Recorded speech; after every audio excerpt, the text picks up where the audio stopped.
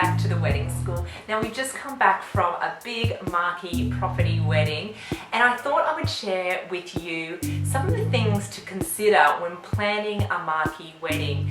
Now these are not necessarily glamorous, but they are so essential in order to execute a successful marquee wedding. So number one is power.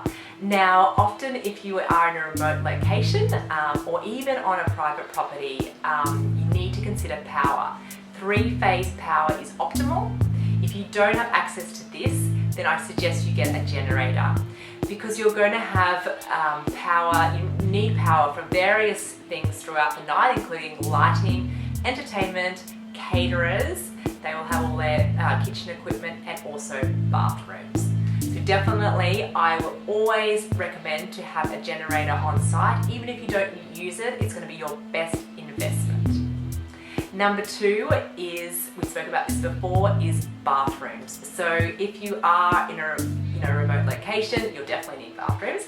But also if it's at a home property. Now you don't necessarily want 100, 200 people walking through the house and using the facilities.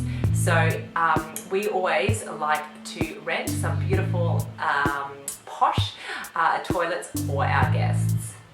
Number three is security. So this might seem a bit funny, a bit weird, but I definitely recommend it, particularly if it's a private property, to have security. At our last marquee wedding, we had several people, sort of walk past during the night, and everyone was sort of questioning what was happening, and they were quite little nosy parkers.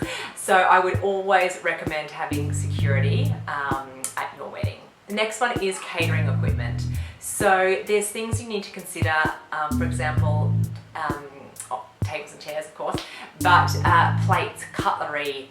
Also, the caterers will need equipment behind the scenes, for example, ovens and deep fryers, and also serving equipment as well. So there's so many more things to consider when planning a marquee wedding.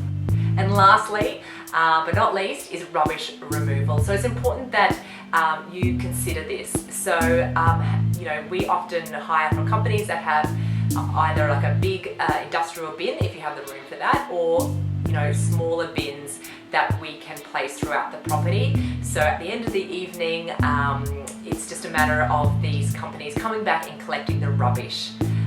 It's always important and essential that you leave a wedding site, whether it be at a home or at a remote location, clean.